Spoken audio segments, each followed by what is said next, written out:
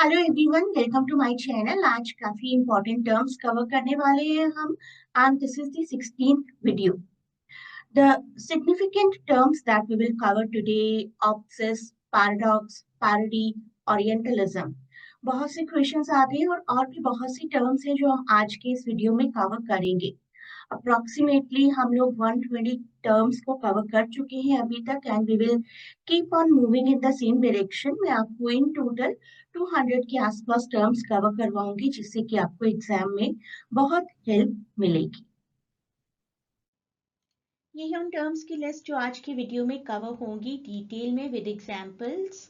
Last में MCQs भी होंगे, तो पूरा वीडियो ध्यान से देखिएगा ताकि आप एमसीक्यूज को आराम से आंसर कर पाएं।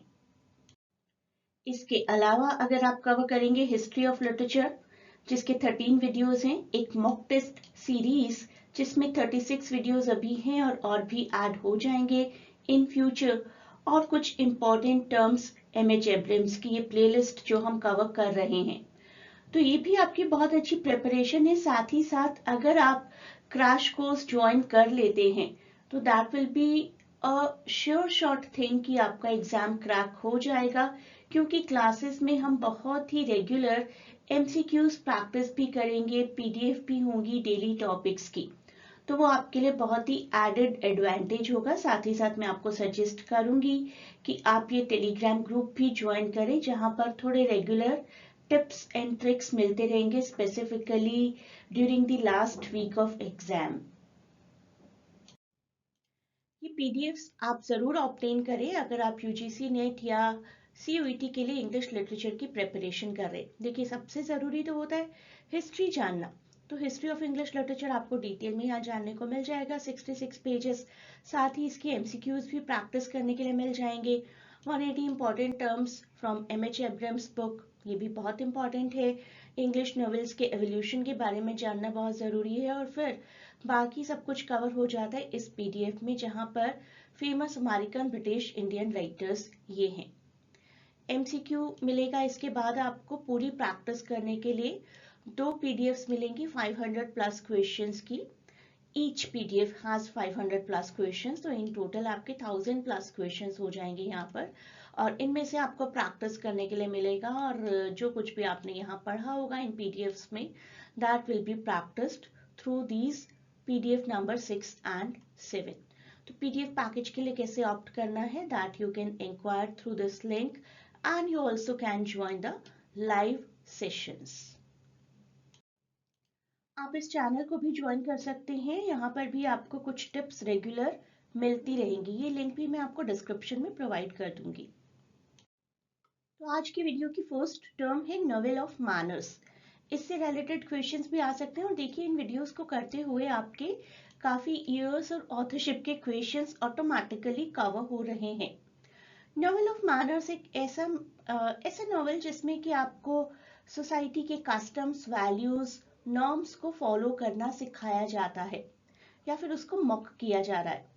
सोसाइटल कन्वेंशंस दिखाए जा रहे हैं, कैरेक्टर्स को जज किया जा रहा है on the basis of their conformity, कि कितना फॉलो करते हैं आप सोसाइटल एक्सपेक्टेशंस को, या कितना वहां से डेविएटेड है। जैसे Pride and Prejudice, the mother is always worried कि will the girls be getting married और not in the so called right age. तो सोसाइटल कन्वेंशंस के अकॉर्डिंग उनको भी एक्ट करना है। Specifically a friend of Elizabeth, जिनका नाम था शार्लट, वो भी काफी वरीड है अपनी एज को लेकर कि मैं 27 ईयर्स की हो गई हूँ, और एज पर सोसाइटल एक्सपेक्टेशंस मेरी शादी ही नहीं हुई है अभी तक। तो सब कुछ ऐसे दिखाया गया जिसमें सभी कैरेक्टर्स को किसी ना किसी सोसाइटल कन्वेंशन को फॉलो करना पड़ ही रहा है। मैरिज, रेपुटेशन, ये सारी थीम्स हैं यहाँ पर। एलिजाबेथ बेनेट और डार्सी जैसे कैरेक्टर्स हमें दिखाए गए हैं। तो portrait of the lady, pride and prejudice तो मैंने डिटेल में डिस्कस कर ही लिया। Portrait of a lady by Henry James, age of innocence by Edith Wharton, and a room with a view by E.M. Forster, ये सभी novels आप पाएंगे। Very good example of novel of manners. बाकी सभी works हम काफी regularly review करते रहते हैं, specifically in the classes. Age of innocence I think is a little new, तो इसके बारे में थोड़ा जान लेते हैं। Age of innocence by American writer Edith Wharton. Novel of manners है बहुत अच्छे से, क्योंकि सोसाइटल कन्वेंशंस और मोरल्स को दिखाता है। 1870s New York is the setting period and time, and Pulitzer Prize, that is one important fact about it. It is considered one of the Wharton's greatest work, और first Pulitzer Prize भी मिला था awarded to a women. तो ये facts आप याद रखेंगे in writer के बारे में, और इस राइटिंग के बारे में काफी क्वेश्चंस को आंसर कर पाएंगे। तो नेक्स्ट टर्म ऑब्जेक्टिव कोरिलेटिव, एक ऐसी लिटरेरी टेक्निक जिसमें दिखाया जाए कि हमारा कैरेक्टर जो कर रहा है ना वो हमें क्लियरली समझ में आ रहा है, because of his actions, because of his emotions, everything is very direct and clear. If he wants to take revenge, वो रिवेंजफुल नजर आते हैं। If he is in love, तो नजर आता है उनके चेहरे पर कि love is in the air, right.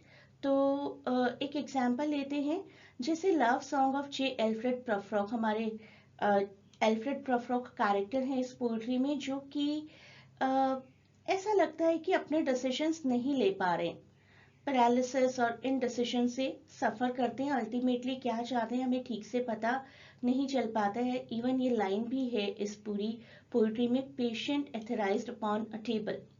जब किसी पेशेंट को एक टेबल पर लिटाया जाता है उनको इंजेक्ट करने के लिए, उनको बेहोश करने के लिए, तो पेशेंट को बिल्कुल पता नहीं होता है कि अब आगे क्या होने वाला है। उसी तरीके से हमारे ये कैरेक्टर हैं। हैमलेट और मैकबेथ का एग्जाम्पल लिया है हमने ऑब्जेक्टिव कोरिलेटिव के लिए, जहां पर Hamlet is a failure and Macbeth is a huge success. क्योंकि हैमलेट लैक करते हैं वो इमोशंस जो कि रिवेंज लेने के लिए जरूरी होते हैं, और मैकबेथ कंप्लीटली फॉलो करते हैं अपने एम्बिशन को, उसके लिए मार भी देते हैं किसी को। यहाँ पर हम मोरालिटी को जज नहीं करेंगे। मैकबेथ को चाहिए कि उन्हें तख्त मिले, ताज मिले, उन्हें राज मिले, तो वो किंग डंकन को मार देते। हैमलेट चाहते हैं कि अपने पापा के मर्डर का बदला लेना है, लेकिन कभी भी बदला लेते हुए नजर नहीं आते हैं। तो Hamlet is a failure, Macbeth is a success. Objective correlative, इसको कॉइन किया था वॉशिंगटन एल्स्टन ने, और पॉपुलराइज किया था टीएस एलियट जी ने अपने 1919 के एसे में हैमलेट एंड हिज प्रॉब्लम्स, जिनमें उन्होंने बात की जो कि हमने अभी पढ़ा ही, कि हैमलेट का ऑब्जेक्टिव क्लियर नहीं था इन द होल प्ले। वो क्या करना चाहते हैं, क्या नहीं करना चाहते, it was not at all clear. Next is opsis. अगर प्ले की बात की जाए तो किसी थेरेटिकल परफॉर्मेंस के ड्यूरेशन में स्टेज किस तरीके से दिखता है, lighting, costume, set design, moments, वो सब कुछ किस तरीके से इम्पैक्ट करता है एक दर्शक के दिमाग पर। मैकबेथ में किस तरीके से डार्क लाइटिंग दिखाई जाएगी, ब्लड स्टेन्ड सेट दिखाए जाएंगे to enhance the atmosphere of guilt and ambition of Macbeth and lady Macbeth. Midsummer night's dream में किस तरीके से मैजिकल फॉरेस्ट को दिखाया जाएगा, फेरीज के कॉस्ट्यूम्स को दिखाया जाएगा। और अगर मूवीज की बात करें तो लोकेशन की setting, costumes of all the artists and the background lightings and everything, so many things जो कि एक मूवी को इम्पैक्टफुल बनाती हैं, and that is what we call to be obsess.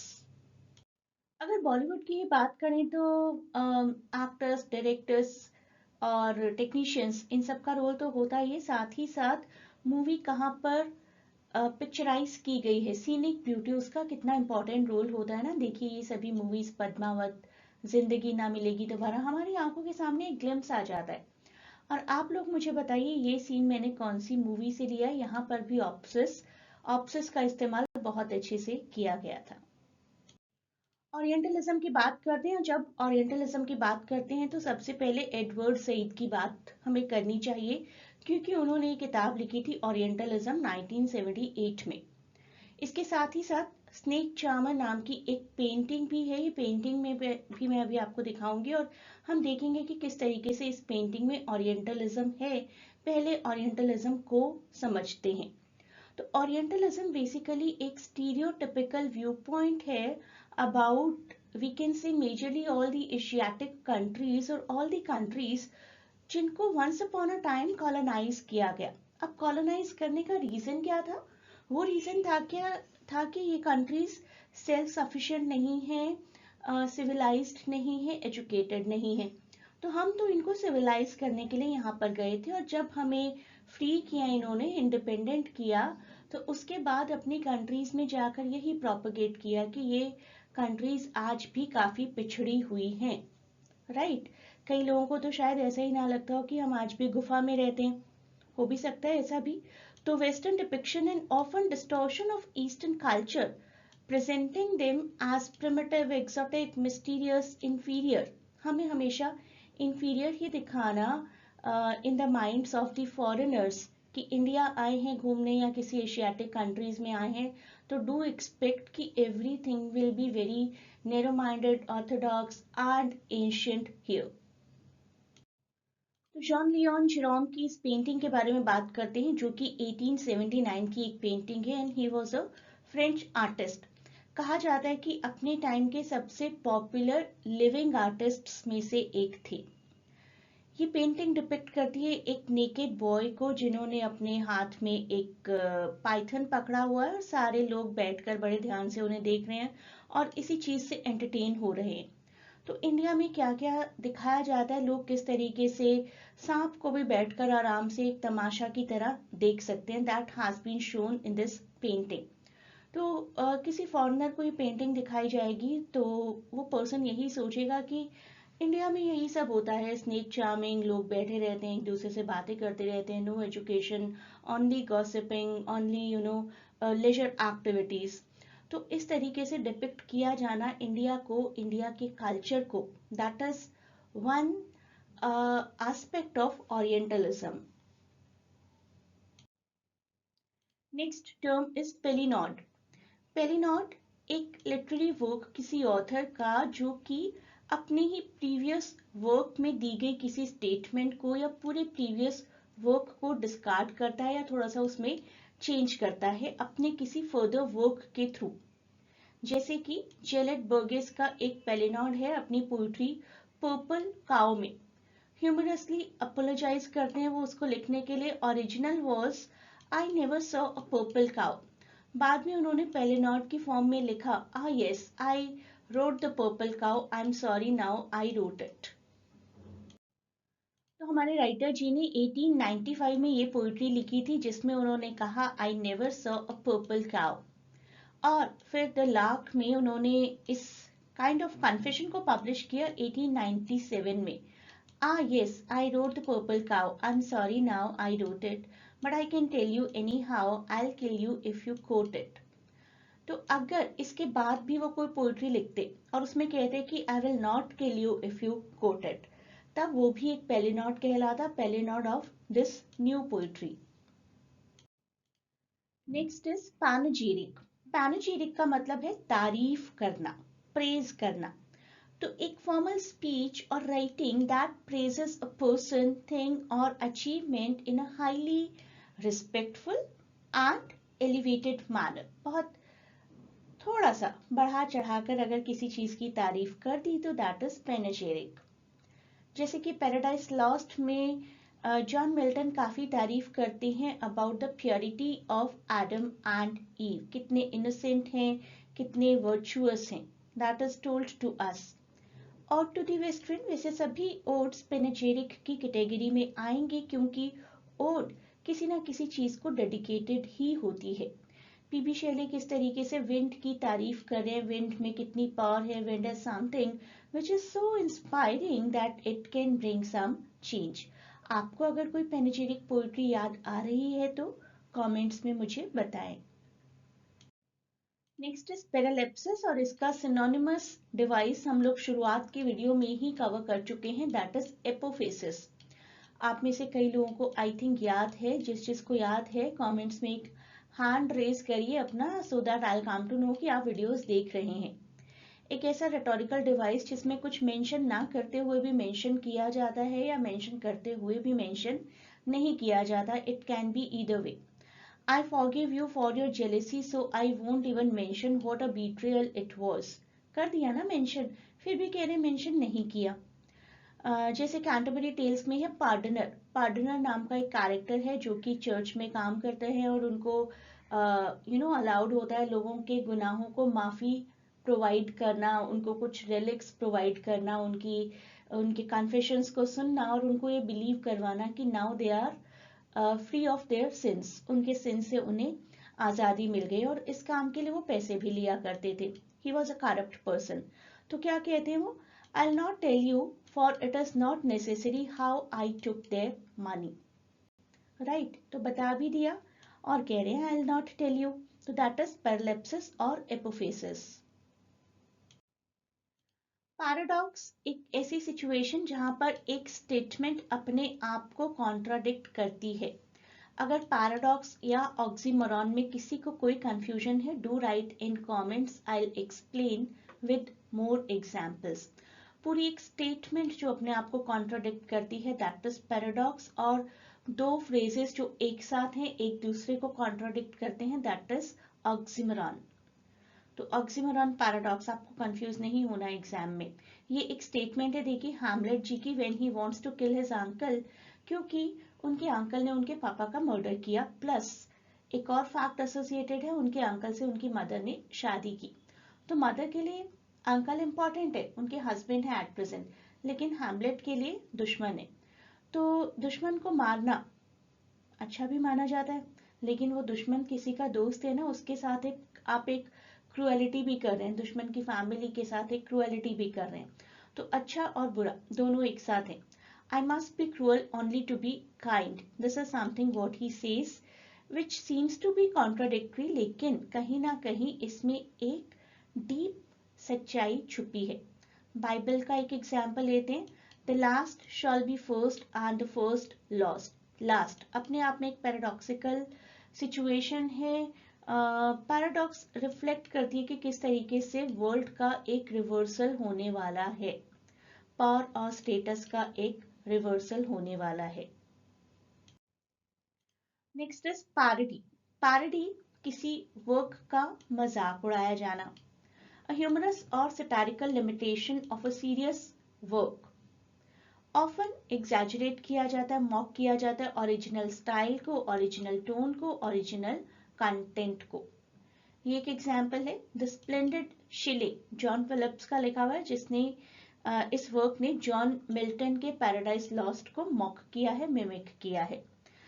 Pride and prejudice and zombies. I have heard a lot about this movie, never got a chance to watch it. Once I even gathered the courage but could not.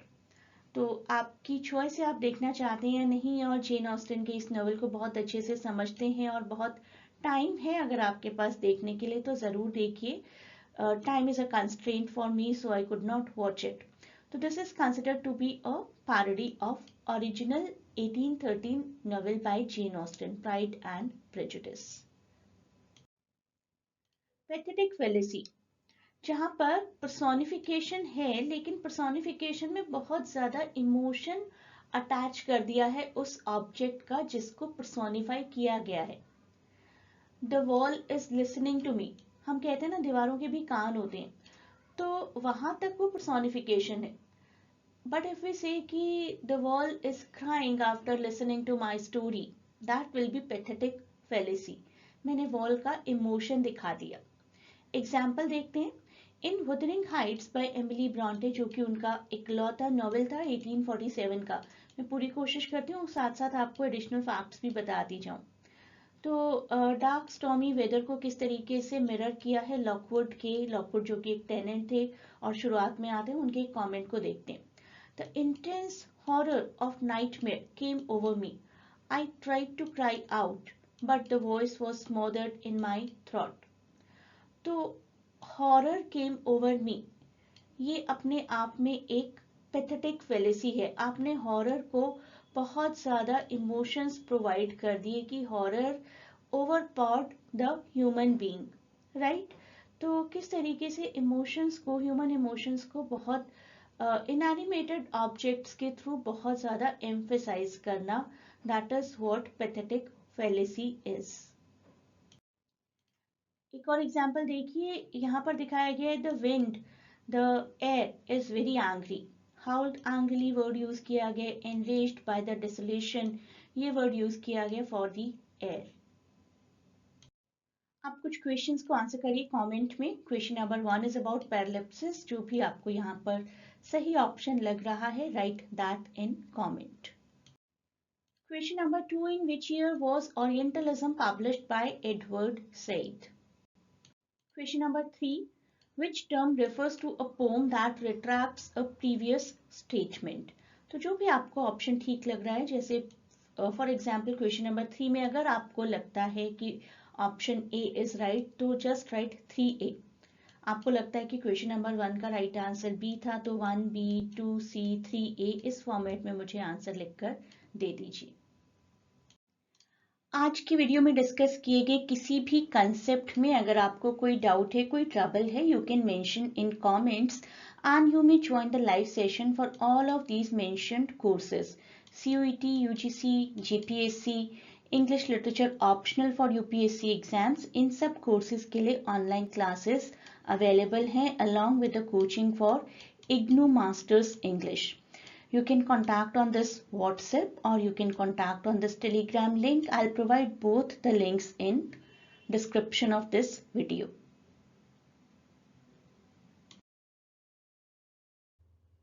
CUET PG exam आने ही वाला है। देखिए देखते ही देखते 13 मार्च आ जाएगा and you do not know कि आपका particular subject का एग्जाम किस दिन होगा।